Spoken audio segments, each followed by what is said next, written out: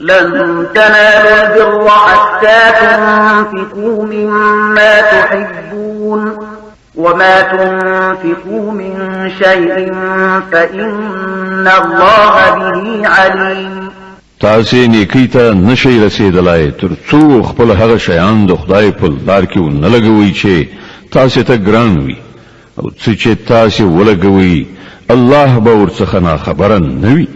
كل الطعام كان حلا لبني إسرائيل إلا ما حرم إسرائيل على نفسه من قبل أن تنزل التوراة قل فأتوا بالتوراة فاتلوها إن كنتم صادقين. دا ټول خوراکي شیان چې په محمدي شریعت کې حلال دي د بنی اسرائیل لپاره هم حلال. البته ځینې شیان داسې وو چې د تورات له نازلېدو مخکې اسرائیل په خپله پر ځان حرام کړي. دوی ته ووایه که تاسې په خپلو اعتراضونو کې رښتیني یاست نو تورات راوړئ او د هغه کوم عبارت را مخې ته کړئ. فمن افترى على الله الكذب من بعد ذلك فأولئك هم الظالمون. کوم خلق چې لدی ورسته هم د خپلو جوړو کړیو دروغ نسبت د الله لوري ته کوي هم هغوی په حقیقت کې ظالمان دي. قل صدق الله فاتبعوا ملة إبراهيم حنيفا وما كان من المشركين. ووایه الله چې څه ویلي دي رښتیا یې ویلي دي. تاسې باید یې ولوري ته مخه کړئ د ابراهیم علیه السلام د طریقې پیروي وکړئ او ابراهیم علیه السلام له مشرکانو څخه نه.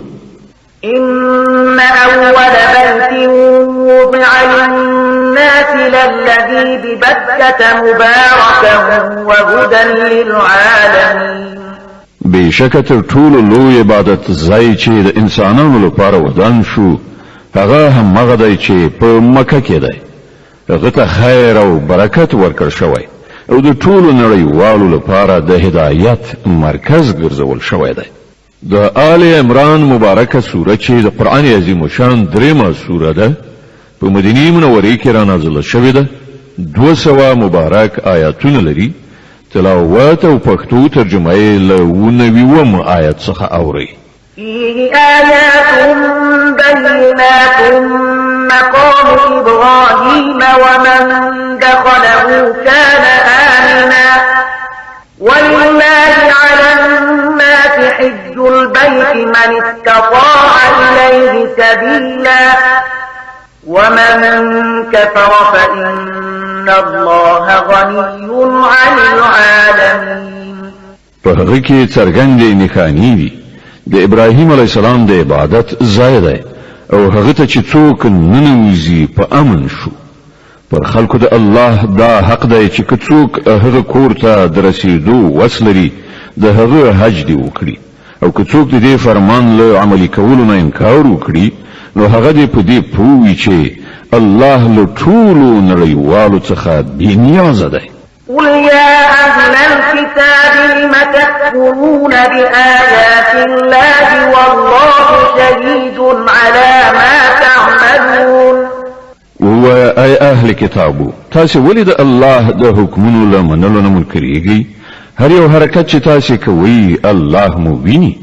قل يا أهل الكتاب لم تصدون عن سبيل الله من آمن تبغونها عوجا وأنتم شهداء وما الله بغافل عما تعملون.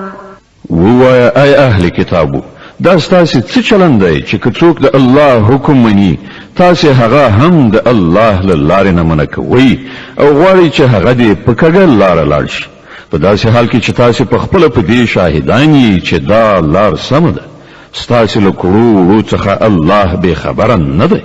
يا أيها الذين آمنوا إن تطيعوا فريقا من الذين أوتوا الكتاب يردوكم بعد إيمانكم كافرين. اے مؤمنانو که تاسې د دې اهل کتابو د یوې ډلې خبره ومنئ نو دوی به تاسو له ایمان نه بیرته د کفر لوري ته واړوي. وكيف تكفرون وأنتم تتلى عليكم آيات الله وفيكم رسوله ومن يعتصم بالله فقد هدي إلى صراط مستقيم. ستاسو لپاره د کفر لوري ته د ورتګ اوس څه ځای پاتې دی چې تاسو ته د الله آیاتونه اورول کیږي او ستاسو په منځ کې د هغه رسول موجود دی. څوک چې د الله لمن په کلکه ونیسي هغه به ارون مرو سم لاره ومومي. يا أيها الذين آمنوا اتقوا الله حق تقاته ولا تموتن إلا وأنتم مسلمون. اے مؤمنانو له الله نه داسې وویریږئ لکه څنګه چې له هغه نه د ویریدو حق دی. تاسو ته د مرګ را نشي مګر په داسې حال کې چې مسلمانان اوسئ. واعتصموا بحبل الله جميعا ولا تفرقوا واذكروا نعمة الله عليكم إذ كنتم أعداء فألف بين قلوبكم فأصبحتم بنعمته إخوانا وكنتم على شفا حفرة من النار فأنقذكم منها كذلك يبين الله لكم آياته لعلكم تهتدون. ټول یو ځای شي د الله رسول کلک ونیسي او تیت پر کېږي مو د الله هغه پیژنه در یاد کړئ چې پر تاسو کړی ده. تاسو یو د بل دښمنان وي. هغه تاسو په ژوند کې مینه واچول او د هغه په مهرباني او لورینه تاسو سره ورونه شوي. تاسو دی ویل اور ډکه کندې پر غاړه ولاړوي. الله تاسو ورڅخه وژغورلې. په دغه شان الله خپل نښانې تاسو ته څرګندوي. په کار ده چې په دغه نښانو سره تاسو ته د خپل ژغورېدنې سم لاره په نظر درشي. ولتكن منكم أمة يدعون إلى الخير ويأمرون بالمعروف وينهون عن المنكر وأولئك هم المفلحون. په تاسو کې باید څه خلک ارومرو داسې وي چې د نیکی لوري ته بلنه وکړي، په خو امر وکړي او له بدو منع وکړي. کوم خلک چې دا کار وکړي هغوی به بریالي شي. ولا تكونوا كالذين تفرقوا واختلفوا من بعد ما جاءهم البينات وأولئك لهم عذاب عظيم. يوم تبيض وجوه وتسود وجوه فأما الذين اسودت وجوههم أكفرتم بعد إيمانكم فذوقوا العذاب بما كنتم تكفرون. پام کوي تاسو هغه خلکو غوندې نشئ چې په ډلو ویشل شول او له روښانه څرګندو لارښودنو میندلو نه وروسته بیرته په شخړو کې اخته شول. چا چې دا چلند غوره کړی دی هغوی به په هغه ورځ سخته سزا ومومي چې هلته به څه خلک سرخوروي وي او څه تور مخي د چا چې مخونه تور وي هغو ته به وویل شي چې د ایمان د نعمت میندلو وروسته هم تاسې د کفر چلند غوره کړ. ښه نو اوس د نعمت د ناشکرۍ په بدله کې د عذاب خوند وڅکئ. وأما الذين ابيضت وجوههم ففي رحمة الله هم فيها خالدون. پاتې شول د ځلانده څېرو خاوندان هغوی به د الله د رحمت په غېږ کې ځای ومومي او د تل لپاره به هغوی په همدې حالت کې اوسېږي. تلك آيات الله نتلوها عليك بالحق وما الله يريد ظلما للعالمين. دا د الله لارښودنې دي چې مونږ تا ته سمې صحیح اورو ځکه چې الله پر نړیوالو د تیری کولو څه اراده نه لري.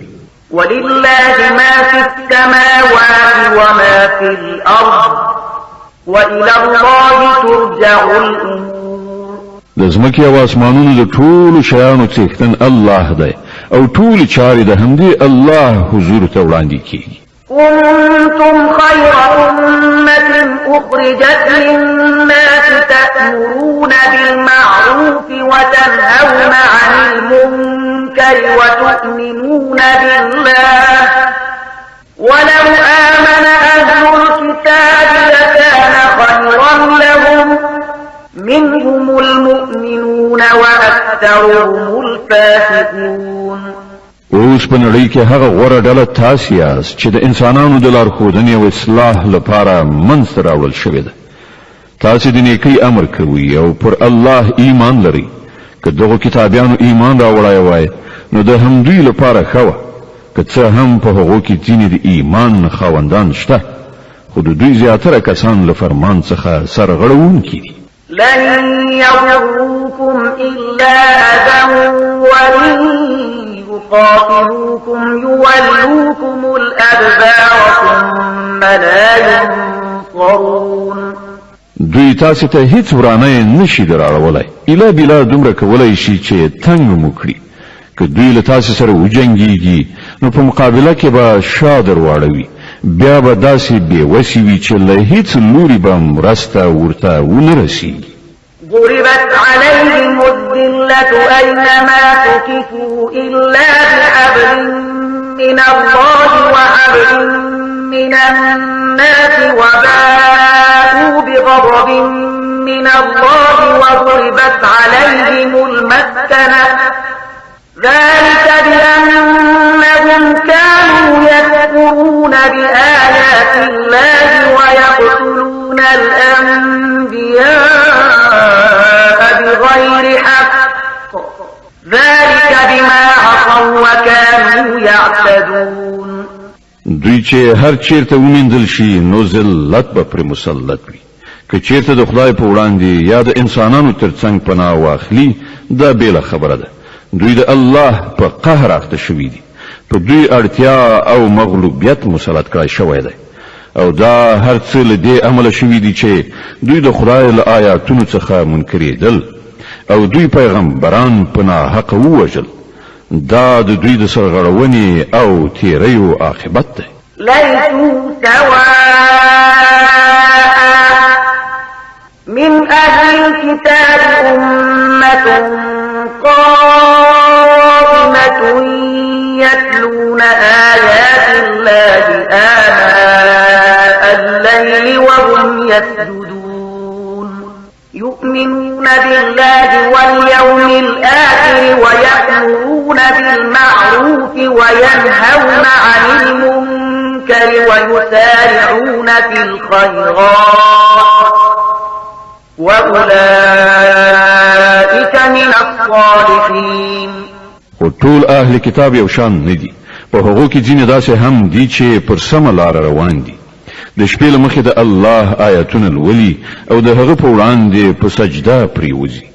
پر الله او د آخرت په ورځ ایمان لري، له بدیو نه منع کوي او د ښېګڼې په چارو کې بوختېږي. دوی صالحان دي. وما يفعلوا من خير فلن يكفروه والله عليم بالمتقين. او دوی چې هر څه نیکی وکړي د هغې بې قدري به ونشي. الله پرهیزګاران ډېر ښه پیژني. إن الذين كفروا لن تغني عنهم أموالهم ولا أولادهم من الله شيئا وأولئك أصحاب النار هم فيها خالدون. پاتې شول هغه خلک چې هغو د کفر چلند غوره کړی دی، نو د الله په مقابله کې به نه د هغو شتمني څه په درد خوري نه اولاد. هغوی دوزخ ته ورتلونکي دي او په همغه اور کې به د تل لپاره استوګنه لري. مثل ما ينفقون في هذه الحياة الدنيا كمثل ريح فيها صر أصابت حرث قوم ظلموا أنفسهم فأهلكت وما ظلمهم الله ولكن أنفسهم يظلمون. څه شي چې هغوی په خپل دغه دنیوي ژوندانه کې مصرفوي د هغه لګښت مثال د هغه باد په څیر دی چې په هغه کې بړبړ کوي وي او هغه د هغو خلکو په فصلونو والوزي چې هغو خپل پر خپل ځان ظلم کړی دی او هغه تباه او برباد کړي الله پر هغو ظلم نه دی کړی په حقیقت کې هغوی خپل پر خپل ځان ظلم کوي يا أيها الذين آمنوا لا تتخذوا بطانة من دونكم لا يألونكم خبالا ودوا ما عنتم قد بدت البغضاء من أفواههم وما تخفي صدورهم أكبر قد بينا لكم الآيات إن كنتم تعقلون اے مؤمنانو د خپل ټولنې له وګړو نه پرته نور سره خپل رازونه مو وایي هغوی ستاسې د ورکاوي له هیڅ یو فرصت څخه ګټه اخیستل له لاسه نه ورکوي تاسې ته چې په هر څه زیان اوړي د هغو خوښیږي د هغو د زړه دښمني د هغو له خولې نه راوځي او څه چې هغوی په خپلو سینو کې پټ ساتلي دي هغه له دې نه زیات دي مونږ تاسې ته په ډاګه څرګنده لارښودنې کړي دي که تاسې پوهه لرئ نو له هغو سره به په ارتباط ساتنه کې له پاملرنې څخه کار واخلئ أنتم أولئك تحبونهم ولا يحبونكم وتؤمنون بالكتاب كله وإذا لقوكم قالوا آمنا وإذا خلوا عرضوا عليكم الأنامل من الغيظ قل موتوا بغيظكم إن الله عليم بذات الصدور تاسې له هغو سره مینه کوئ هغوی له تاسې سره مینه نه لري سره له دې چې تاسې ټول آسماني کتابونه منئ کله چې هغوی له تاسې سره یو ځای کیږي نو وایي چې موږ هم ستاسې پیغمبر او ستاسې کتاب منلی دي خو چې کله درڅخه بیلیږي نو بیا ستاسې پر خلاف له ډېر قهر او غضب نه خپلې ګوتې چیچي هغو ته ووایه چې د خپلې غصې په تاو کې ومرئ الله آن د زړونو په پټو رازونو پوهیږي إن تمسسكم حسنة تسؤهم وإن تصبكم سيئة يفرحوا بها وإن تصبروا وتتقوا لا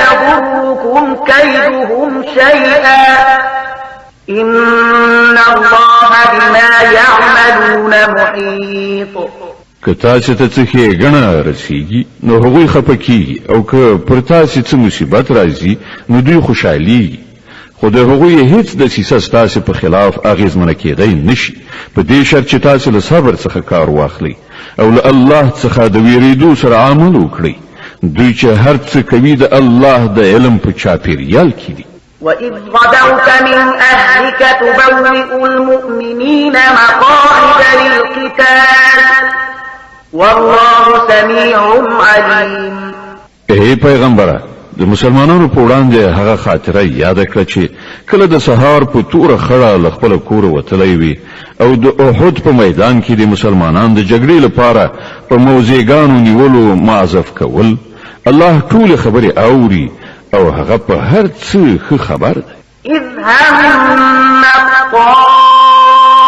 طائفتان منكم أن تفشلا والله وليهما وعلى الله فليتوكل المؤمنون یاد کړه هغه وخت چې له تاسې نه دوه ډلې دې ته تیارې شوې وي چې بېزړهتوب وښیي په داسې حال کې چې الله د هغو د ملاتړ لپاره موجود و او مؤمنان باید یوازې پر الله باندې ډاډ ولري ولقد نصركم الله ببدر وأنتم أذلة فاتقوا الله لعلكم تشكرون لدينا مخکې د بدر په جګړه کې الله له تاسې سره مرسته کړې وه په داسې حال کې چې په هغه وخت کې تاسې ډېر زیات کمزوري وئ نو اوس پر تاسې دا لازمه ده چې د الله له ناشکرۍ ځان وژغورئ ایله ده چې اوس تاسې شکر وباسئ د آل عمران مبارکه سوره چې د قرآن عظیم الشان درېمه سوره ده په مدینې منورې کې را نازله شوې ده 200 مبارک آیاتونه لري تلاوت او پښتو ترجمه له 140 آیت څخه اوري. إذ تقول للمؤمنين ألن يكفيكم أن يمدكم ربكم ب3,000 من الملائكة منزلين. یاد کړه هغه وخت چې تا مؤمنانو ته ویل آیا تاسو ته دا کافي نه ده چې الله د 3,000 پرښتو پر علیګلو د سره مرسته وکړي؟ بلى إن تصبروا وتتقوا ويأتوكم من فورهم هذا يمددكم ربكم ب5,000 من الملائكة مسومين. بشکه که تاسو د زغم په لرلو له الله څخه په ویریدو کار وکړئ نو په کومه شیبه کې چې دښمنان در باندې یرغل وکړي په همغه شیبه کې بس تاسو رب 3,000 نه د 5,000 نښاندارو پرښتو په وسیله در سره مرسته وکړي. وما جعله الله إلا بشرى لكم ولتطمئن قلوبكم به وما النصر إلا من عند الله العزيز الحكيم ليقطع طرفا من الذين كفروا أو يكبتهم فينقلبوا خائبين. دا خبره الله د دې لپاره درته کړې ده چې تاسو خوشاله شئ او تاسو زړونه ډاډه شي. برلاسي او مرسته هر څه چې دی د هغه الله لخوا دی چې ډیر زور او په لیدونکی دی او دا مرسته به هغه د دې لپاره د سره وکړي ترڅو چې د کفر په لار د تلونکو یو مټ غوڅ کړي یا هغه ته داسې رسوا کوونکې ماتې ورکړي چې هغوی ناکام خړسترګي بیرته ستانه شي. ليس لك من الأمر شيء أو يتوب عليهم أو يعذبهم فإنهم ظالمون. ای پیغمبره د فیصلې په واکمنۍ کې ستاسو برخه نشته. د الله واک دی کې خوښ شي او به بخي که غواړي په سزا به ورسوي ځکه چې هغوی تیری کوونکي دي. ولله ما في السماوات وما في الأرض يغفر لمن يشاء ويعذب من يشاء والله غفور رحيم. په اسمانونو او ځمکه کې چې هر څه دی د هغو څښتن الله دی. چاته چې خوښ شي بخنه کوي او چاته چې خوښ شي عذاب ورکوي. هغه بخونکی او مهربان دی. يا أيها الذين آمنوا لا تأكلوا الربا أضعافا مضاعفة واتقوا الله لعلكم تفلحون. ای مؤمنان دا زیاته او څو چنده سودخوري پرېږدئ او له الله نه وویریږئ هیله ده چې بریالي شئ. واتقوا النار التي أعدت للكافرين وأطيعوا الله والرسول لعلكم ترحمون. له هغه نه ځان وژغورئ چې د کافرانو لپاره تیار کړی شوی دی او د الله او رسول حکم ومنئ کیدای شي چې رحم در باندې وشي. وسارعوا إلى مغفرة من ربكم وجنة عرضها السماوات والأرض أعدت للمتقين الذين ينفقون في السراء والضراء والكاظمين الغيظ والعافين عن الناس والله يحب المحسنين. پر هغه لار په منډه منډه وزغلې چې ستاسو د پروردګار د بخنی او د هغه د جنت خواته تللې ده چې هغه لکه د زمکي او اسمانونو په شان پراخ دی او هغه د هغو له خدای ویریدونکو خلکو لپاره تیار کړی شوی دی چې د بیوزلۍ او بډایۍ په دواړو حالتونو کې مال مصرفوي غوسه خوري او د نورو لنډپاري بخي. داسې نیکان خلک د خدای ډیر خوښ دي. والذين إذا فعلوا فاحشة أو ظلموا أنفسهم ذكروا الله فاستغفروا لذنوبهم ومن يغفر الذنوب الذنوب إلا الله ولم يصروا على ما فعلوا وهم يعلمون. او کوم کسان چې داسې دي چې کله کومه د شرم ناروا چاره ورڅخه صادریږي یا کله د کومې ګناه په کولو هغوی پر خپل ځان ظلم کوي نو سره جوخت الله ورياديږي او له هغه څخه هغوی د خپل ګناهونو بخښنه غواړي ځکه چې له الله نه پرته بل څوک دی چې ګناهونه وبخښلی شي او هغوی د پوهې او ادراک سره په خپلو کړو وړو ټینګار نه کوي. أولئك جزاؤهم مغفرة من ربهم وجنات تجري من تحتها الأنهار خالدين فيها ونعم أجر العاملين. د داسې خلکو جزا د دوی د رب په نزد دا ده چې هغه به دوی ته بخښنه وکړي او په داسې باغونو کې به یې ننباسي چې تر لاندې به یې ویالې بهیږي او هلته به هغوی د تل لپاره اوسیږي. د نیک عمله خلکو لپاره څومره ښه بدله ده. قد خلت من قبلكم سنن فسيروا في الأرض فانظروا كيف كان عاقبة المكذبين. هذا بيان للناس وهدى وموعظة للمتقين. لتاسنه مخکې ډېرې دورې تیرې شوې دي. په ځمکه کې وګرځئ را وګرځئ وګورئ چې هغه خلک له څه عاقبت سره مخامخ شول چې هغوی د الله حکمونو او لارښودنو ته د دروغو نسبتونه وکړل. دا د خلکو لپاره ډنګ پیلې تنبیه ده او له الله نه ویریدونکو ته هدایت او نصیحت ده. ولا تهنوا ولا تحزنوا وأنتم الأعلون إن كنتم مؤمنين. بزر کېږه مو اندېښمن کېږه مو همدا تاسې برلاسي یاست که تاسې مؤمنان اوسئ.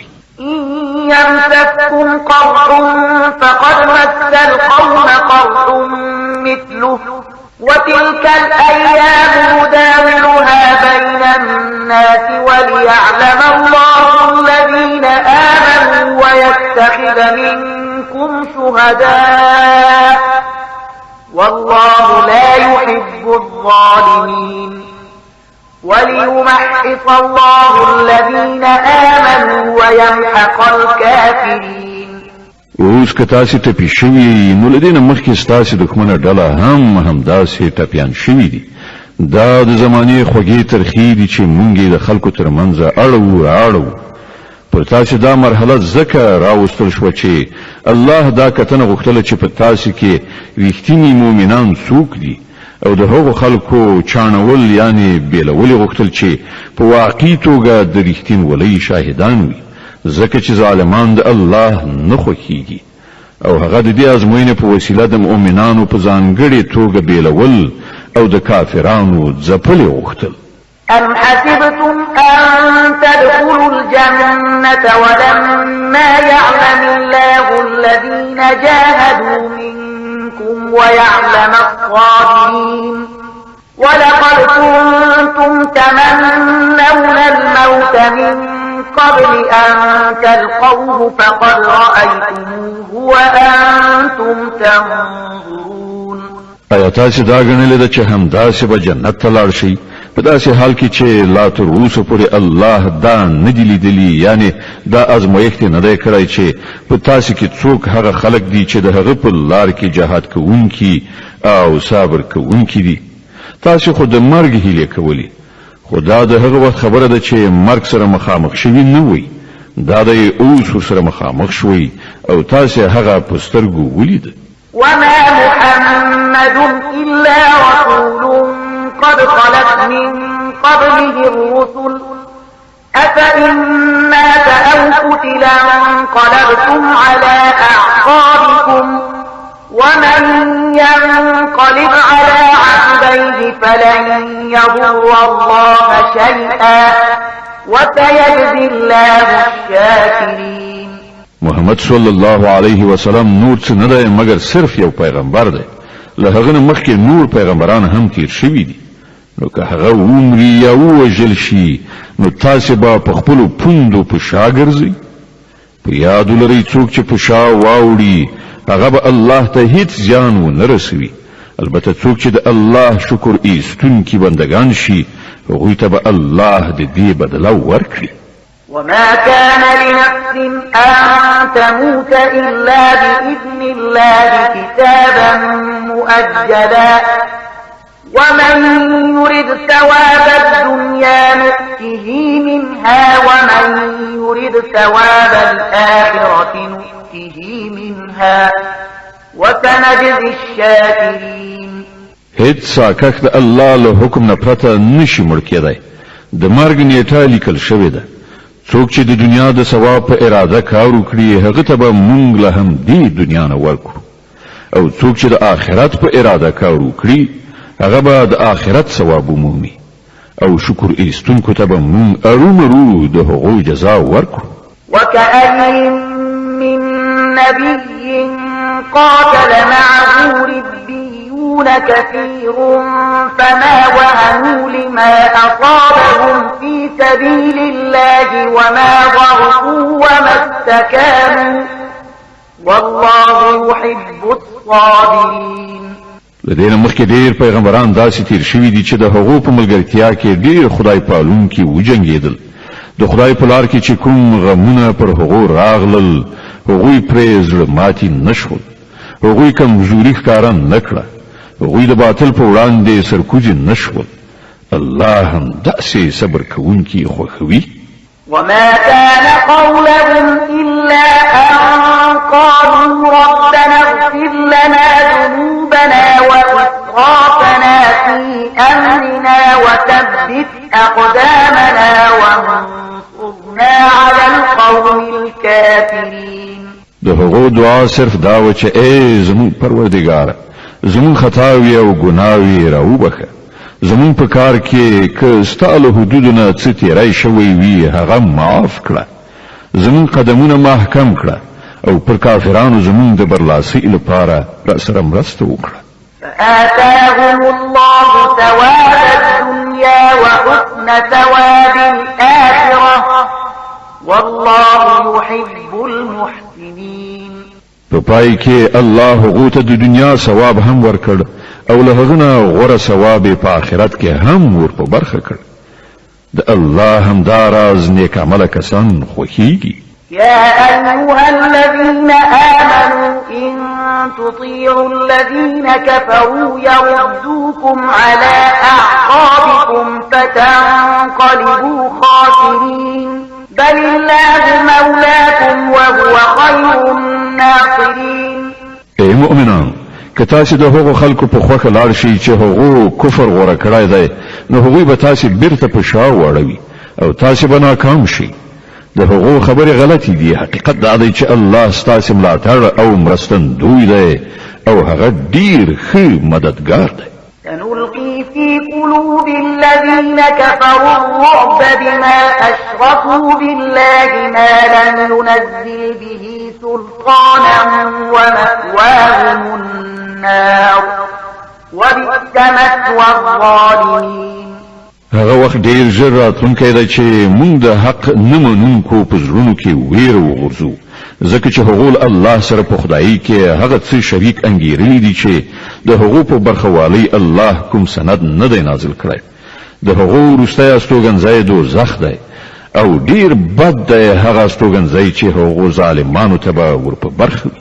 ولقد صدقكم الله وعده إذ تحسونهم بإذنه حتى إذا فشلتم وتنازعتم في الأمر وعصيتم من بعد ما أراكم ما تحبون منكم من يريد الدنيا ومنكم من يريد الآخرة ثم صرفكم عنهم ليبتليكم ولقد عفا عنكم والله ذو فضل على المؤمنين. الله چې د مرستې او نصرت کوم وعده له تاسو سره کړی و هغه خو یې پوره کړه. لومړی خو د هغه په حکم هم دا تاسو هغوی وژل خو کله چې تاسو همت له لاسه ورکړ او په خپل کار کې مو سره اختلاف وکړ او له هغه وروسته چې الله تاسو ته هغه شی دروخو د چې تاسو په مینه کې راګیر وي یعنی د ولجې مالونه تاسو د خپل مشر له امر څخه غاړه وغړوله د دې لپاره چې له تاسو څخه ځینې خلک د دنیا غوښتونکي او ځینو د آخرت هیله لرله نو الله تاسو د کافرانو په مقابله کې په شاو تنبولي ترڅو چې پر تاسو ازمایښت وکړي او حق دا ده چې الله بیا هم تاسو ته معافي وکړه او الله پر مؤمنانو د فضل خاوند دی إذ تصعدون ولا تلوون على أحد والرسول يدعوكم في أخراكم فأثابكم غما بغم لكي لا تحزنوا على ما فاتكم ولا ما أصابكم والله خبير بما تعملون د پزړکړې هغه وخت چې تاسو په تیښت ځغلېدئ هیڅ چاته مو بیرته د کتلو قدر پام نو او پیغمبر صلی الله علیه وسلم له شا د پسې تاسو ته ناری وهلي په هغه وخت کې تاسو د دې چار چلن بدله خدای درکړه چې تاسو پر غم د پاسه غم اخته کړئ ترڅو د آینده لپاره دا درس واخلئ چې که څه شی تاسو له لاسه ووځي یا کوم تکلیف درته ورسیږي چې په هغه خپن نشي الله ستاسو د ټول کړو څخه خبر ده ثم أنزل عليكم من بعد الغم أمنة نعاسا يغشى طائفة منكم وطائفة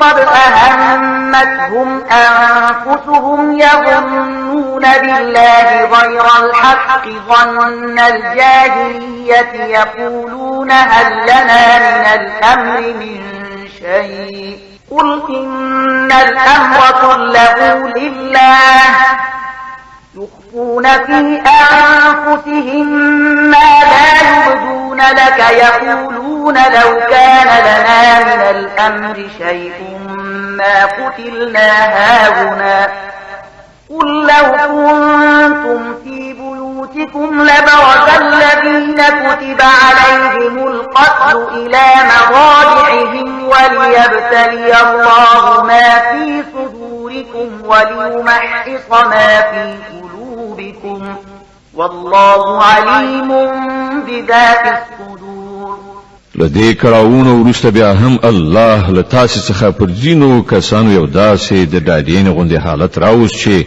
هغوی پریشانی یې وړل یو بل ډله چې هغې ته یوازې همدا خپلې ګټې ارزښت درلود د الله په باب رنګارنګ جاهلانه انګېرنې کولې چې له سر تر پایه د حق پر خلاف وي دا خلک اوس وایي چې د دې کار په سرته رسولو کې زمونږ هم څه برخه شته دوی ته ووایه د هیڅ چا پکې هیڅ برخه نشته د دې کار ټولې واکمنۍ د الله په لاس کې دي په اصل کې چې دې خلکو کومې خبرې په زړونو کې پټې ساتلې دي هغه تاته نه څرګندوي د دوی اصلي هدف دا دی چې که د مشرتابو په واکمنیو کې زموږ څه برخه وای نو دلته به نه وژل کېدو دوی ته ووایي چې که تاسې په خپلو کورونو کې هم وای نو د کومو کسانو چې مرګ لیکل شوی وو هغوی په خپله د خپل وژل کېدو ځایونو ته راوتل او دا پیښه چې وشوه دا د دې لپاره وه چې کوم شی چې ستاسې په سینو کې پټ دی الله هغه وازمایي او ستاسې په زړونو کې چې کوم خیره دی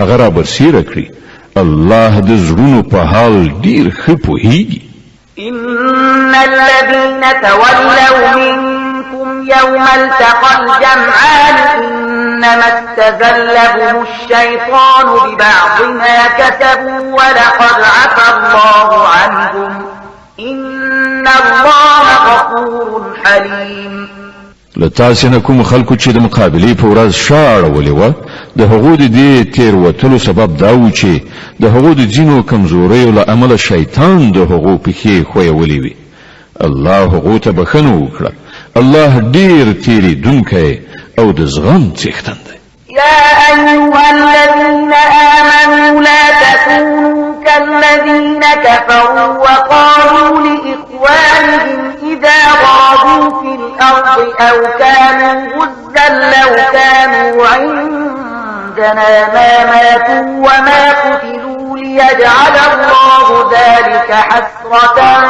في قلوبهم والله يحيي ويميت والله بما تعملون بصير. اے مؤمنانو، کافرانو غوندې خبرې مکوي چې کله هغو دوستان او خپلوان کله کوم سفر ته ځي یا په جګړه کې برخه اخلي او هلته له کومې پیښې سره لاس او ګریوان کیږي، نو هغوی وایي چې که هغوی له موږ سره وایي نو نه به مړه شوي او نه به وژل شوي وو. الله دا ډول خبرې د هغو په زړونو کې د غم او افسوس وسیله ګرځوي. که دا نه وي نو په اصل کې د مرګ او ژوند واکواله همدا الله دی او هغه ستاسو د ټولو حرکتونو څارونکی دی. ولئن قتلتم في سبيل الله أو متم لمغفرة من الله ورحمة خير مما يجمعون. که تاسو د الله په لار کې وژل شئ یا ومرئ نو ستاسو په باب د الله راتلونکی رحمت او بخښنه د هغو ټولو شیانو څخه ډیره غوره ده چې دا خلک راغونډوي. ولئن متم أو قتلتم لإلى الله تحشرون. او که تاسو ومرئ یا وژل شئ په هر حال ستاسو د ټولو ورتګ د همدې الله لوري ته دی. فبما رحمة من الله لنت لهم ولو كنت فظا غليظ القلب لانفضوا من حولك فاعف عنهم واستغفر لهم وشاورهم في الأمر فإذا عزمت فتوكل على الله إن الله يحب المتوكلين. ای پیغمبره، دا د الله لوی رحمت دی چې ته د دې خلکو لپاره ډیر نرم خویه جوړ شوی. که داسې نه وای او ته توند خویه او سخت زړه وای نو دا ټول به ستا له شاوخوا نه خواره شوي وو. د دوی خطاوې وبخښه، د دوی لپاره بخښنه وغواړه او هغوی سره هم په خپلو کارونو کې مشوره کوه. بیا چې ستا اراده پر کومه رایه ټینګه شي نو پر الله توکل وکړه. د الله هغه خلق خوښیږي چې د همغه په ډاډې نه کار کوي. إن ينصركم الله فلا غالب لكم وإن يخذلكم فمن ذا الذي ينصركم من بعده وعلى الله فليتوكل المؤمنون. که الله مو مرستندوی وي نو هیڅ قوت در باندې برلاس کېدای نشي، او که هغه تاسې پرېږدي نو بیا له هغه وروسته څوک دی چې ستاسې مرسته وکړای شي؟ نو څوک چې رښتیني مؤمنان دي هغوی دې یوازې پر الله توکل وکړي. وما كان لنبي أن يغل ومن يغل يأت بما غل يوم القيامة ثم توفى كل نفس ما كسبت وهم لا يظلمون. دا د هیڅ یو پیغمبر کار نشي کېدای چې هغه خیانت وکړي، او هر څوک چې خیانت وکړي هغه به خپل ټول خیانت سره د قیامت په ورځ حاضر شي. بیا به هر سا کښته د هغه د کړو پوره بدله ورکړای شي او پر هیڅ چا به هیڅ تیری ونشي. أفمن اتبع رضوان الله كمن باء بسخط من الله ومأواه جهنم وبئس المصير. خنو دا څنګه کېدای شي چې څوک تل د الله په خوښه روان وي، هغه د هغه چا غوندې کار وکړي چې د الله په غضب اخته شوی وي او د هغه وروستی منزل دوزخ وي چې هغه ډیر ناکاره استوګنځی دی. هم درجات عند الله والله بصير بما يعملون. د الله په وړاندې په دې دواړو ډوله خلکو کې په درجو توپیر دی او الله د ټولو د عملونو لیدونکی دی. لقد من الله على المؤمنين إذ بعث فيهم رسولا من أنفسهم يتلو عليهم آياته ويزكيهم ويعلمهم الكتاب والحكمة وإن كانوا من قبل لفي ضلال مبين. په حقیقت کې خو الله پر مؤمنانو باندې دا ډیره لویه لورینه کړې ده چې په هغو کې په خپل له هغو نه یو داسې پیغمبر را پورته کړ چې د هغه آیاتونه ورته اوروي، د هغو ژوند ستر کوي او هغو ته د کتاب او پوهې ښوونه کوي. په داسې حال کې چې له دین مخکې همدا خلک په څرګنده ګمراهۍ کې غورځېدلي وو. أولما أصابتهم مصيبة قد أصبتم مثليها قلتم أن هذا قل هو من عند أنفسكم إن الله على كل شيء قدير. او دا تاسو څه کوئ چې کله په کوم کړه وخت شي نو په دې خبرو خلو پرانیزي چې دا مصیبت له کوم لوري راغی؟ په داسې حال کې چې د بدر په جګړه کې ستاسو لاسونو د دې دوه چنده مصیبت دښمنۍ ډلې ته رسولی دی. ای پیغمبره دوی ته ووایه دا مصیبت په خپله ستاسو له خوا منځته راوړل شوی دی. الله پر هر څه برلاس دی. وما أصابكم يوم التقى الجمعان فبإذن الله وليعلم الذين نافقوا وقيل لهم تعالوا قاتلوا في سبيل الله أو ادفعوا قالوا لو نعلم قتالا لاتبعناكم هم للكفر يومئذ أقرب منهم للإيمان يقولون بأفواههم ما ليس في قلوبهم والله أعلم بما يكتمون. کوم تاوان چې د جګړې په ورځ تاسو ته ورسید هغه د الله په حکم او د دې لپاره و چې الله وګوري په تاسو کې مؤمنان څوک دي او منافقان څوک دي. هغه منافقان چې کله هغه ته ویل شول راشي د الله په لار کې وجنګيږي یا لکتر لګا خپل خار نه قدر دفاع وکړي نو ویل کوم په هدايت چې نن به جګړه کیږي نو موږ به اروم مرو در سره تللی وای. کله چې هغه دا خبره کوله په هغه وخت کې هغه له ایمان نه کفر ته نږدې وو.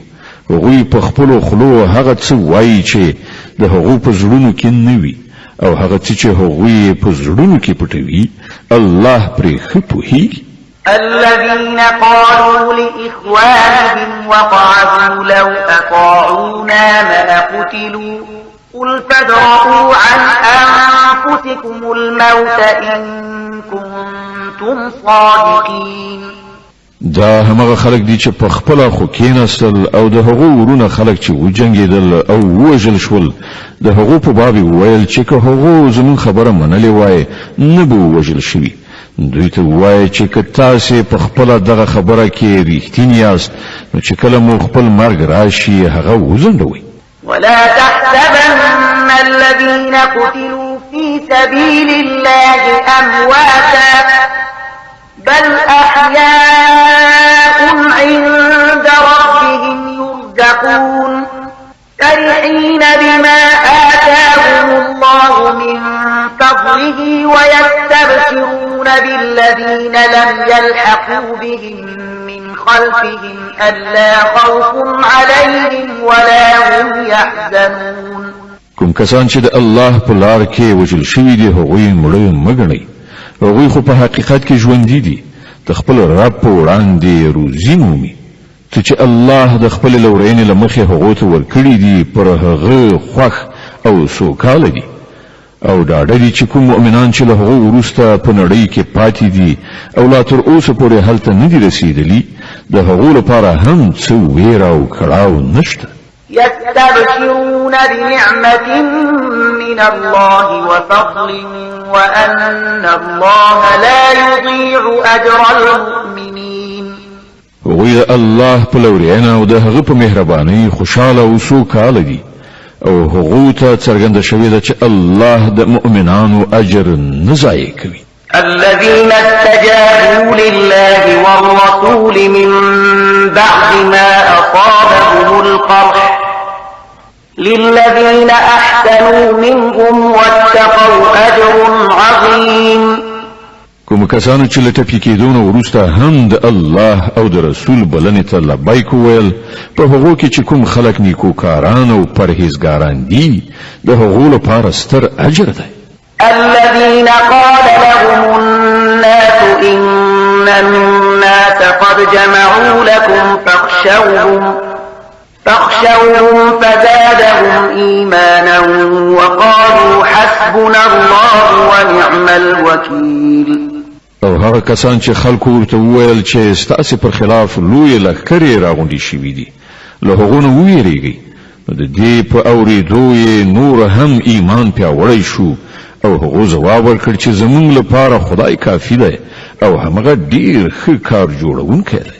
فانقلبوا بنعمة من الله وفضل لم يمسسهم سوء واتبعوا رضوان الله والله ذو فضل عظيم. په پای کې هغوی د الله تعالی له نعمت او لورینې سره بیرته ستانه شول. هغوی ته هیڅ راز زیان هم ونه رسید او د الله د خوښې سره سم تګ کولو مرتبه یې هم وموندله. الله ډیر ستر لورونکی دی. د آل عمران مبارکه سوره چې د قرآن عظیم شان درېمه سوره ده په مدینه منوره کې را نازله شوې ده. 200 مبارک آیاتونه لري. تلاوت او پښتو ترجمه یې له 115 آیت څخه اوري. إنما ذلكم الشيطان يخوف أولياءه فلا تخافوهم وخافون إن كنتم مؤمنين. اوس تاسو ته څرګنده شوه چې هغه په اصل کې شیطان و چې خپل دوستان بې ځایه ویرول. د دې عمله په راتلونکي کې تاسو له انسانانو څخه مو ویریږئ، له ما نه ویریږئ که تاسو په رښتینې توګه د ایمان خاوندان یې.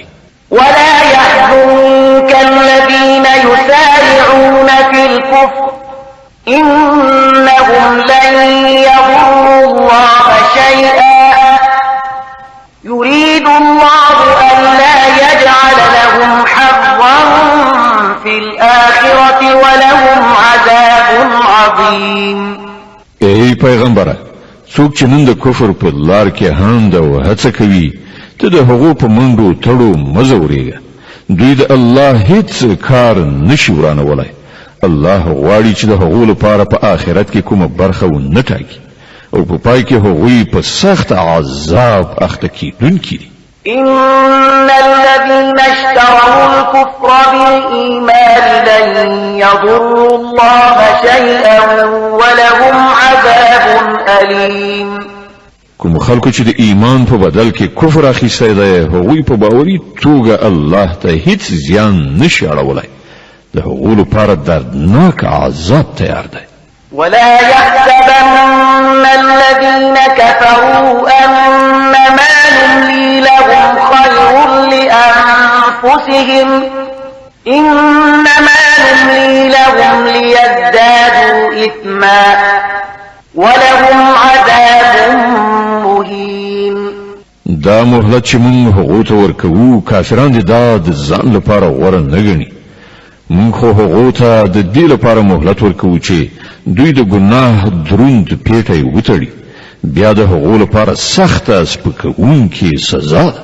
ما كان الله ليذر المؤمنين على ما أنتم عليه حتى يميز الخبيث من الطيب وما كان الله ليطلعكم على الغيب ولكن الله يجتبي من رسله من يشاء فآمنوا بالله ورسله وإن تؤمنوا وتتقوا فلكم أجر عظيم. الله با مؤمنان په دې حالت کې هیڅ کله پرې نږدي چې تاسو اوس پکې یاست. هغه به سپېڅلي خلک له ناپاکو خلکو څخه بیل کړي. خو د الله داسې عادت نه دی چې تاسو پر غیبو خبر کړي. د پټو خبرو د ښودنې لپاره چې د هغه له خپلو رسولانو څخه چاته خوښه شي ټاکي. له دې امله د پټو چارو په باب پر الله او پیغمبر ایمان ولرئ. که تاسو د ایمان او له خدایه د ویریدو چلند غوره کړئ نو تاسو ته به لوی اجر در په برخه شي. ولا يحسبن الذين يبخلون بما آتاهم الله من فضله هو خيرا لهم بل هو شر لهم سيطوقون ما بخلوا به يوم القيامة ولله ميراث السماوات والأرض والله بما تعملون خبير. کوم خلکو ته چې الله له خپل فضل نه ورکړه کړی ده او بیا هغوی د بخیلۍ نه کار واخلي هغوی دې دا نه ګڼي چې دا بخیلي د هغو لپاره ګټوره ده نه دا د هغو لپاره ډیره بده ده څه شی چې هغوی په خپله شومتیا راغونډوي همغه به د قیامت په ورځ د هغو د غاړې طوق شي د ځمکې او اسمانونو میراث یوازې د الله دی او تاسې چې څه کوئ الله پرې خبر دی لقد سمع الله قول الذين قالوا إن الله فقير ونحن أغنياء سنكتب ما قالوا وقتلهم الأنبياء بغير حق ونقول ذوقوا عذاب الحريق په یقیني توګه الله د هغو خلکو وینا واورېده چې وایي الله بې وزلی دی او مونږ شتمن یو د هغو دا وینا به هم مونږ ولیکو او له دې نه مخکې چې هغو کوم پیغمبران په ناحقه وژلي هغه هم د هغو په عملنامه کې ثبت دي کله چې د فیصلې وخت راشي په هغه وخت کې به مونږ هغو ته ووایو چې دا اوس د دوزخ د عذاب خوند وڅکئ ذلك بما قدمت أيديكم وأن الله ليس بظلام للعبيد دا ستاسو د خپل لاسونو ګټه ده الله پر خپل بندگانو ظالم نه دی الذين قالوا إن الله عهد إلينا ألا نؤمن لرسول حتى يأتينا بقربان تأكله النار قل قد جاءكم رسل من قبلي بالبينات وبالذي قلتم فلم قتلتموهم إن كنتم صادقين کوم کسان چې وایي الله مونږ ته لارښودنه کړې ده چې مونږ باید هیڅوک د پیغمبر په توګه تر هغه پورې ونه منو تر څو چې هغه زموږ په مخ کې داسې قرباني ونه کړي چې له غیبو راتلونکی اوري ونه خوري هغو ته ووایه تاسې ته له ما څخه مخکې ډېر پیغمبران راغلي دي چې ډېرې زیاتې څرګندې ښکاره نښانې راوړې وي او هغه نښانه یې هم راوړې وه چې تاسې یادونه کوئ نو که د ایمان راوړلو لپاره تاسې د دې شرط په وړاندې کولو کې رښتیني یاست نو تاسې هغه پیغمبران ولې وژل فإن كذبوك فقد كذب رسل من قبلك جاءوا بالبينات والزبر والكتاب المنير اوس ای محمد صلی الله علیه وسلم که دا خلق تا دروغجن ګڼي نو لتانه مخکې یو شمیر هغه پیغمبران دروغجن ګڼل شوي دي چې ښکاره څرګندې نښانې صحیفې او روښانوونکي کتابونه یې راوړي كل نفس ذائقة الموت وإنما توفون أجوركم يوم القيامة فمن زحزح عن النار وأدخل الجنة فقد فاز وما الحياة الدنيا إلا متاع الغرور په پای کې هر څوک د مرګ خوند څکونکی دی او تاسې ټول د قیامت په ورځ د خپلو پوره اجرونو موندونکي بریالی اصلا هغه څوک دی چې هلته د دوزخ له اوره وژغورل شي او جنت ته ننویستل شي پاتې شوه دا دنیا دا خو صرف یو غولونکی شی دی لتبلون في أموالكم وأنفسكم ولتسمعن من الذين أوتوا الكتاب من قبلكم ومن الذين أشركوا ولتسمعن من الذين أوتوا الكتاب من قبلكم ومن الذين أشركوا أذى كثيرا وإن تصبروا وتتقوا فإن ذلك من عزم الأمور اے مسلمانان تاسو به مال او سر دواړو په ازموینه کې واچول شي او تاسو بل اهل کتابو او مشرکانو څخه ډیرې زورونکې خبرې واوري که تاسو په دې ټولو حالاتو کې د زغم او له خدای ویری په چلن ثابت اوسئ نو دا د سترې حوصلې کار دی.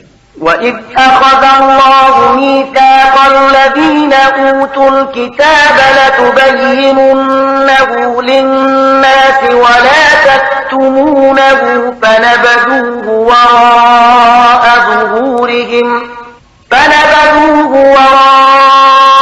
ظُهُورِهِمْ وَاشْتَرَوْا بِهِ ثَمَنًا قَلِيلًا فَبِئْسَ مَا يَشْتَرُونَ. دغو اهل کتابو ته هغه کلکه وعده هم ور یاد کړه چې الله ورڅخه اخیستې وه چې تاسو به د کتاب لارښودنې په خلکو کې خوروئ او هغه به پټوئ نه، خو هغو کتاب شاته وغورځاوه او هغه یې په لږ بیه وپلور. څومره ناکاره راکړه ورکړه ده چې دوی یې کوي.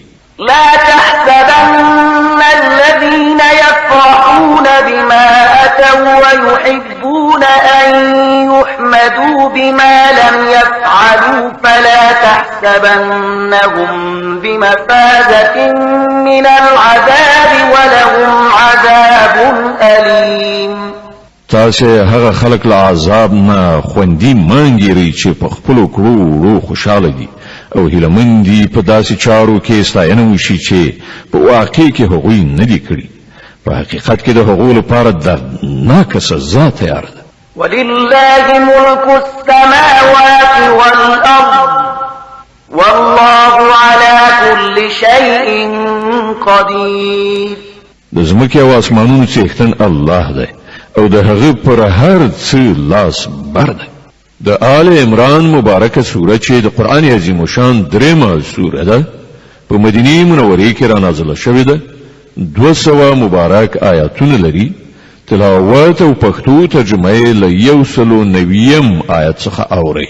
إن في خلق السماوات والأرض واختلاف الليل والنهار لآيات لأولي الألباب الذين يذكرون الله قياما وقعودا وعلى جنوبهم ويتفكرون في خلق السماوات والأرض ربنا ما خلقت هذا باطلا سبحانك فقنا عذاب النار. د ځمکې او اسمانونو په پیدایښت او د شپې او ورځې په تګ راتګ کې د هغو پوهانو لپاره ډېرې نښانې دي چې په ولاړې ناستې او ملاستې هر حالت کې خدای یادوي او د اسمانونو او ځمکې په ساختمان کې غور او فکر کوي. هغوی په غیر ارادي توګه غږ کوي چې زمونږ ربه دا ټول شیان تا عبث او بې مقصده نه دي هست کړي، ته له دې نه پاکې چې عبث کار وکړي. نو ای ربه مونږ د دوزخ له عذابه وژغوره. ربنا إنك من تدخل النار فقد أخزيته وما للظالمين من أنصار. تا چې څوک په دوزخ کې واچو هغه دې په حقیقت کې په ستره خوارۍ او رسوایي کې وغورځاو او بیا د دغه راز ظالمانو هیڅ مرستندوی نه وي. ربنا إننا سمعنا مناديا ينادي للإيمان أن آمنوا بربكم فآمنا ربنا فاغفر لنا ذنوبنا وكفر عنا سيئاتنا وتوفنا مع الأبرار. لویه څښتنه مونږ دی وناري وهونکي आवाज واورید چې د ایمان لوري ته بلنه ورکوله او ویل چې خپل رب ومني. مونږ هغه بلنه ومنله. نو ای زمون بادار کومه ګناه چې له موږ څخه صادره شوې ده له هغې نه راتېر شه. کومې بدۍ چې په مونږ کې دي هغه ایسته کړه او په خاتمه کې راته د غوره خلکو ملګرتیا را په برخه کړه. ربنا وآتنا ما وعدتنا على رسلك ولا تخزنا يوم القيامة إنك لا تخلف الميعاد. خدایا کومې وعدې چې تا د خپل رسولانو په وسیله کړې دي هغه له مونږ سره ترسره کړه او د قیامت په ورځ مونږ له رسوایي سره مخامخ کوه. په دې کې شک نشته چې ته له خپل وعدونه مخالفت کوونکی نه. فاستجاب لهم ربهم أني لا أضيع عمل عامل منكم من ذكر أو أنثى بعضكم من بعض فالذين هاجروا وأخرجوا من ديارهم وأوذوا في سبيلي وقاتلوا وقتلوا لأكفرن عنهم سيئاتهم ولأدخلنهم جنات تجري من تحتها الأنهار ثوابا من عند الله والله عنده حسن الثواب.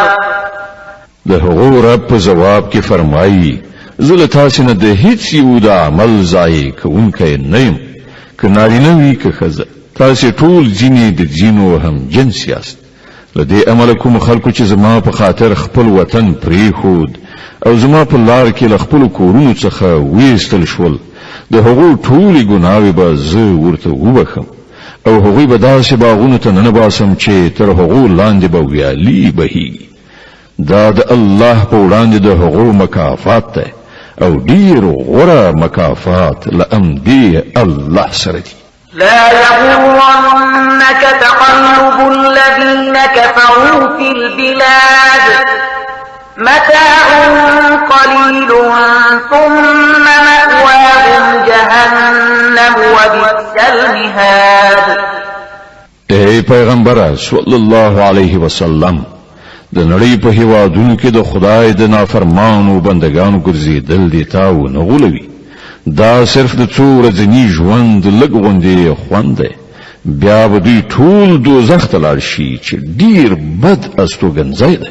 لكن الذين اتقوا ربهم لهم جنات تجري من تحتها الأنهار خالدين فيها نزلا من عند الله وما عند الله خير للأبرار.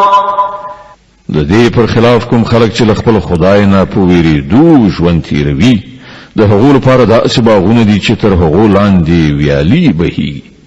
په هغو باغونو کې به دوی د تل لپاره اوسي. دا د هغو لپاره د الله له لوري د میلمستیا وسایل دي او څه چې له خدای سره دي د غوره بندگانو لپاره همغه ډیر غوره دي. وَإِنَّ مِنْ أَهْلِ الْكِتَابِ لَمَنْ يُؤْمِنُ بِاللَّهِ وَمَا أُنْزِلَ إِلَيْكُمْ وَمَا أُنْزِلَ إِلَيْهِمْ خَاشِعِينَ لِلَّهِ لَا يَشْتَرُونَ بِآيَاتِ اللَّهِ ثَمَنًا قَلِيلًا أُولَئِكَ لَهُمْ أَجْرُهُمْ عِندَ رَبِّهِمْ إِنَّ اللَّهَ سَرِيعُ الْحِسَابِ. په اهل کتابو کې هم څه کسان داسې شته چې الله مني، پر هغه کتاب ایمان راوړي چې تاسو ته لیږل شوی دی او پر هغه کتاب هم ایمان لري چې له دینه مخکې په خپله هغو ته لیږل شوی. د الله په وړاندې سرونه ښکته دي او د الله آیتونه په لږ غوندې بیه نه پلوري. د هغو مکافات د هغو له پروردګار سره دي او د الله حساب اخیستنه ځنډیږي نه. يا أيها الذين آمنوا اصبروا وصابروا ورابطوا واتقوا الله لعلكم تفلحون. ای مؤمنان، لزغم نه کار واخلئ، د باطل پرستانو په مقابله کې میړانه وښیئ، د حق د خدمت لپاره ملا ټینګه وتړئ او له الله نه ویریدونکي اوسئ. هیله ده چې بری ومومئ. د النساء مبارکه سوره چې په مدینه منوره کې را نازله شوې ده 116 مبارکه آیې لري. تاسې تلاوت او پښتو ترجمه له لومړي آیت څخه اورئ. بسم الله الرحمن الرحیم.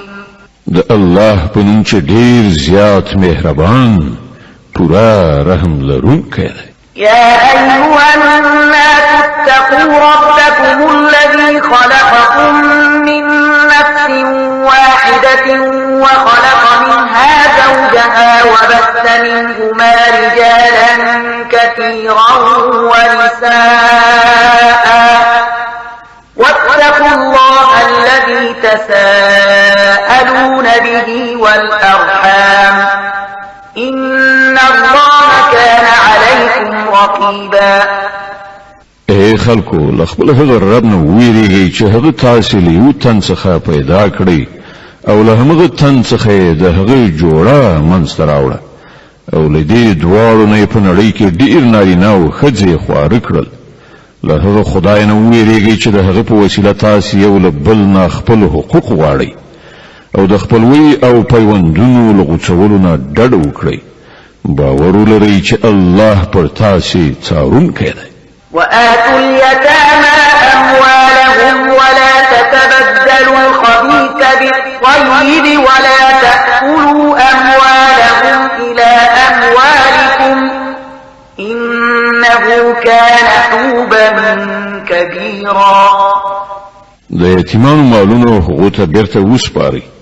ښه مال په بد مال مه بدلوئ او د هغو مالونه له خپلو مالونو سره په ګډولو مه خورئ. دا ډیر لوی ګناه ده.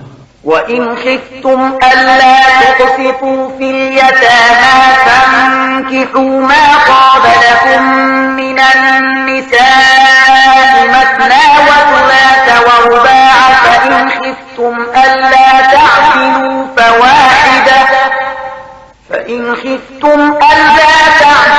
فواحدة أو ما ملكت أيمانكم ذلك أدنى ألا تعولوا.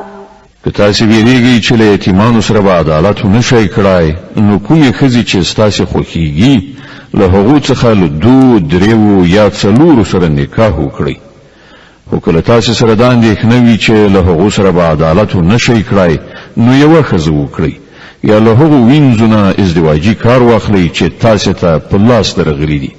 په دې توګه له بې عدالتۍ نه په ښه شان ژغورل کېدای شي. وآتوا النساء صدقاتهن نحلة فإن طبن لكم عن شيء منه نفسا فكلوه هنيئا مريئا. او د ښځو مهر په ښه زړه یعنې فرض ګڼلی ورکړئ. البته که هغوی په خپله خوښه تاسو ته بخشش کړي نو تاسو هغه په خوند سره خوړلی شئ. ولا تؤتوا السفهاء أموالكم التي جعل الله لكم قياما وارزقوهم فيها واكسوهم وقولوا لهم قولا معروفا. او ناپوهانو ته د هغوی مالونه مه ورکوئ کوم چې ستاسو په ولایت کې دي او الله هغه ستاسو د ژوند د سمبالښت وسیله ګرځولې او له دغو مالونو څخه هغو ته خوراک او پوښاک ورکړئ او د دوی د مال په حساب او ساتلو سره دوی ته سمه لارښوونه وکړئ. وابتلوا اليتامى حتى إذا بلغوا النكاح فإن آنستم منهم رشدا فادفعوا إليهم أموالهم ولا تأكلوها إسرافا وبدارا أن يكبروا. ومن كان غنيا فليستعفف ومن كان فقيرا فليأكل بالمعروف فإذا دفعتم إليهم أموالهم فأشهدوا عليهم وكفى بالله حسيبا. او یتیمان تر ازموینې لاندې ونیسئ تر دې پورې چې هغوی د نکاح کولو وړ سن ته ورسیږي. بیا که تاسو په هغو کې اهلیت ولید نو د هغو شتمني هغو ته وسپارئ. داسې هیڅکله مه کوئ چې د انصاف له حد نه تېری وکړئ او له دې ویرې نه د هغو شتمني په بیړه بیړه وخورئ چې که هغوی لوی شي خپل حقوق به درڅخه وغواړي. د یتیم کوم سرپرست چې بډای وي هغه د له پرهیزګارۍ نه کار واخلي او کوم چې بېوزلی وي هغه د په معروفه توګه وخوري. بیا چې کله د هغو شتمني هغو ته سپارئ نو خلک پرې شاهدان ونیسئ او د حساب اخیستلو لپاره الله کافي دی. للرجال نصيب مما ترك الوالدان والأقربون وللنساء نصيب مما ترك الوالدان والأقربون مما قل منه أو كثر نصيبا مفروضا. د نارینه‌و لپاره په هغه متروکه کې برخه ده چې مور پلار او خپلوانو پریښي وي او د ښځو لپاره هم په هغه متروکه کې برخه ده چې مور پلار او خپلوانو پریښي وي که لږ وي او که ډیره او دا برخه د الله له لوري ټاکل شوې ده. وإذا حضر القسمة أولو القربى واليتامى والمساكين فارزقوهم منه وقولوا لهم قولا معروفا.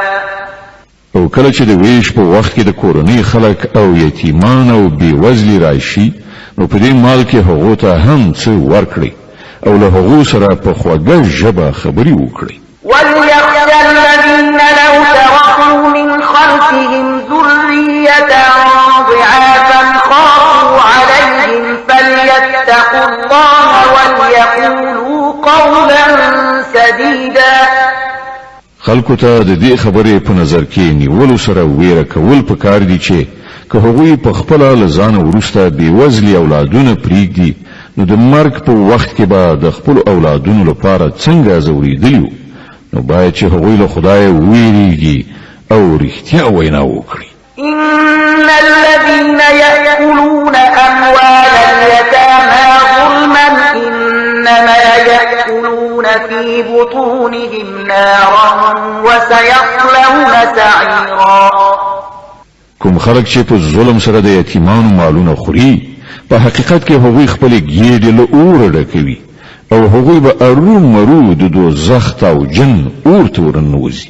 يوصيكم الله في أولادكم للذكر مثل حظ الأنثيين فإن كن نساء فوق اثنتين فلهن ثلثا ما ترك وإن كانت واحدة فلها النصف ولأبويه لكل واحد منهما السدس مما ترك إن كان له ولد فإن لم يكن له ولد وورثه أبواه فلأمه الثلث فإن كان له إخوة فلأمه السدس من بعد وصية يوصي بها أو دين.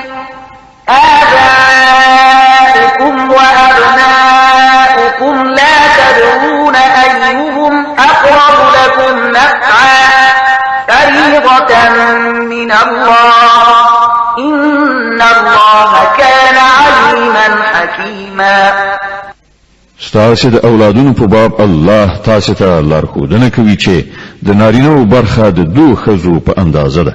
که د مړي وارثان له دونه زیاتې لوڼې وي نو هغو ته د ترکې له دریو نه دوه برخې ورکړی شي او که صرف یوه لور وارثه وي نو نیمایي ترکه د هغې ده. که د مړي اولادونه وي نو د هغه مور او پلار هر یو ته د شپږمه برخه ورکړی شي او که اولاد نه وي او وارثان همدا مور او پلار وي نو مور ته د دریمه برخه ورکړی شي او که د مړي ورونه او خویندې هم وي نو مور به د شپږمې برخې حقدار وي.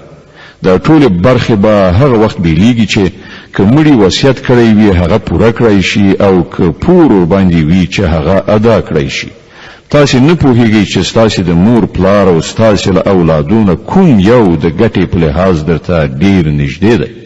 دا برخې الله ټاکلي دي او په یقیني توګه الله له ټولو حقیقتونو څخه خبر او په ټولو مصلحتونو پوهیدونکی دی. ولكم نصف ما ترك أزواجكم إن لم يكن لهن ولد فإن كان لهن ولد فلكم الربع مما تركوا من بعد وصية يوصين بها أو دين ولهن الربع مما تركتم إن لم يكن لكم ولد فإن كان لكم ولد فلهن الثمن مما تركتم من بعد وصية توصون بها أو دين وإن كان رجل يورث كلالة أو امرأة وله أخ أو أخت فلكل واحد منهما السدس فإن كانوا أكثر من ذلك فهم شركاء في الثلث من بعد وصية يوصى بها أو دين غير مضار وصية من الله والله عليم حليم. او ستاسې ښځو چې څه پریښي وي د هغه نیمایي برخه تاسې ته رسیږي که اولاد یې نه وي او که اولاد یې وي بیا د ترکې څلورمه برخه ستاسې ده کله چې وصیت چې که هغو کړی وي پوره کړی شي او د پور له ادا کېدو وروسته که پوره وړی وي او هغوی به ستاسې له ترکې نه د څلورمې برخې حقدار یې وي که بې اولاده وي او که ستاسې اولادو نو بیا د هغو اتمه برخه ده وروسته د وصیت له پوره کولو نه که تاسې وصیت کړی وي او وروسته د پور له ادا کولو نه که پوره وړي وي او که هغه نارینه یا ښځه چې د هغه میراث باید وویشل شي بې اولاده هم وي او مور پلار یې هم ژوندي نه وي خو یو مورنی ورور یا یوه مورنۍ خور موجوده وي نو ورور او خوره هر یو ته به شپږمه برخه ورسیږي او که ورونه او خویندې له یونه زیات وي نو د ټولې ترکې په دریمه برخه کې به هغوی ټول برخه وال وي وروسته له هغه ضرر نه رسونکي وصیت له پوره کېدو نه چې یې کړی او د پور له ادا کولو چې یې ورباندې وي دا د الله له لوري حکم دی او الله پوه باخبره او نرم خویه دی. تلك حدود الله ومن يطع الله ورسوله يدخله جنات تجري من تحتها الأنهار خالدين فيها وذلك الفوز العظيم. ومن يعص الله ورسوله ويتعد حدوده يدخله نارا خالدا فيها وله عذاب مهين.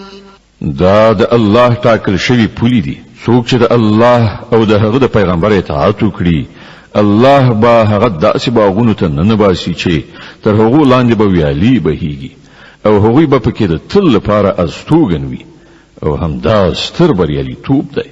او څوک چې د الله او د هغه د پیغمبر څخه سرکشي وکړي او د هغه له ټاکل شوو پولو تیری وکړي الله به هغه په اور کې وغورځوي چې په هغه کې به د تل لپاره استوګن وي او د هغه لپاره رسوا کوونکې سزا ده. واللاتي يأتين الفاحشة من نسائكم فاستشهدوا عليهن 4 منكم فإن شهدوا فأمسكوهن في البيوت حتى يتوفاهن الموت أو يجعل الله لهن سبيلا. ستاسې له ښځو نه چې څوک بدلمني وي پر هغو باندې له تاسې څخه 4 شاهدان ونیسئ او که 4 کسان شاهدي ووایي نو هغوی په کورونو کې بندیانې کړئ تر هغه پورې چې هغو ته مرګ راشي یا الله د هغو لپاره څه لاره برابره کړي. واللذان يأتيانها منكم فآذوهما فإن تابا وأصلحا فأعرضوا عنهما إن الله كان توابا رحيما. او له تاسې نه چې څوک د دې فعل مرتکب شي نو هغوی دواړه وځوروئ بیا که هغو توبه ویستله او ځانونه اصلاح کړل نو هغوی پرېږدئ چې الله ډېر ښه توبه قبلونکی او رحم کوونکی دی. إنما التوبة على الله للذين يعملون السوء بجهالة ثم يتوبون من قريب فأولئك يتوب الله عليهم وكان الله عليما حكيما. هو په دې پوه شئ چې پر الله باندې د توبې قبلولو حق د هغو کسانو لپاره دی چې د ناپوهۍ له امله کوم بد عمل ورڅخه صادر شي او ورپسې سم د لاسه توبه وباسي داسې خلکو ته بیا الله د خپل مهربانۍ په نظر پاملرنه کوي او الله له ټولو خبرو خبردار دی او د حکمت او پوهې څښتن دی. وليست التوبة للذين يعملون السيئات حتى إذا حضر أحدهم الموت قال إني تبت الآن ولا الذين يموتون وهم كفار أولئك أعتدنا لهم عذابا أليما. خو د هغو خلکو لپاره توبه نشته چې پرله پسې بد کارونه کوي تر دې پورې چې کله له هغو نه د یو تن د مرګ نیټه رارسیږي نو په هغه وخت کې وایي چې اوس مې توبه ویستله او همدغه راز د هغو کسانو لپاره هم توبه نشته چې د مرګ تر وخته پورې په کفر کې پاتې شي. د دغه ډول خلکو لپاره خو مونږ دردناکه سزا تیاره کړې ده. يا أيها الذين آمنوا لا يحل لكم أن ترثوا النساء كرها ولا تعضلوهن لتذهبوا ببعض ما آتيتموهن إلا أن يأتين بفاحشة مبينة وعاشروهن بالمعروف فإن كرهتموهن فعسى أن تكرهوا شيئا ويجعل الله فيه خيرا كثيرا. اے مؤمنانو ستاسو لپاره دا روانه ده چې د زور له لارې ځان د ښځو وارثان جوړ کړئ او نه دا روا ده چې هغوی وربړوئ او د هغه مهر د یوې برخې د وهلو هڅه وکړئ چې تاسې هغو ته ورکړئ. هو که هغوی د کوم ښکاره ناکاره چلند کوونکي وي نو بیا تاسې ارومرو د هغو د تنګولو حق لرئ. له هغو سره په ښه چلند ژوند تیر کړئ. که ستاسې هغوی نه خوښیږي نو کیدای شي چې تاسې به یو شی نه خوښیږي خو الله به په هغه کې ډېرې ښېګڼې ایښې وي. وإن أردتم استبدال زوج مكان زوج وآتيتم إحداهن قنطارا فلا تأخذوا منه شيئا أتأخذونه بهتانا وإثما مبينا.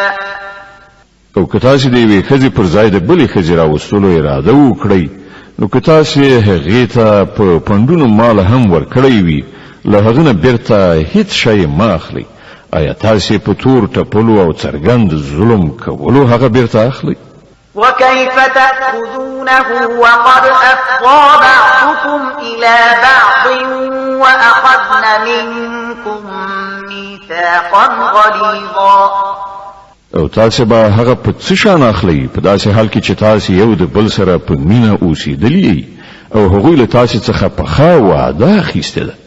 ولا تنكحوا ما نكح آباؤكم من النساء إلا ما قد سلف إنه كان فاحشة ومقتا وساء سبيلا. او لکوم ښځو سره چې ستاسې پلرونو نکاح کړي وي له هغو سره هیڅکله نکاح مه کوئ. خو څه چې مخکې شوي دي هغه شوي دي. په حقیقت کې دا یو د شرم کار دی ناوړه دی او بد چلند دی. حرمت عليكم أمهاتكم وبناتكم وأخواتكم وعماتكم وخالاتكم وبنات الأخ وبنات الأخت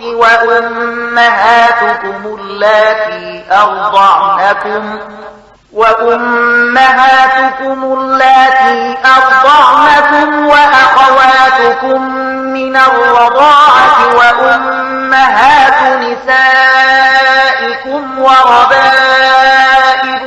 اللاتي في حجوركم من نسائكم اللاتي دخلتم بهن وربائبكم اللاتي في حجوركم من نسائكم اللاتي دخلتم بهن فإن لم تكونوا دخلتم بهن فلا جناح عليكم وحلائل أبنائكم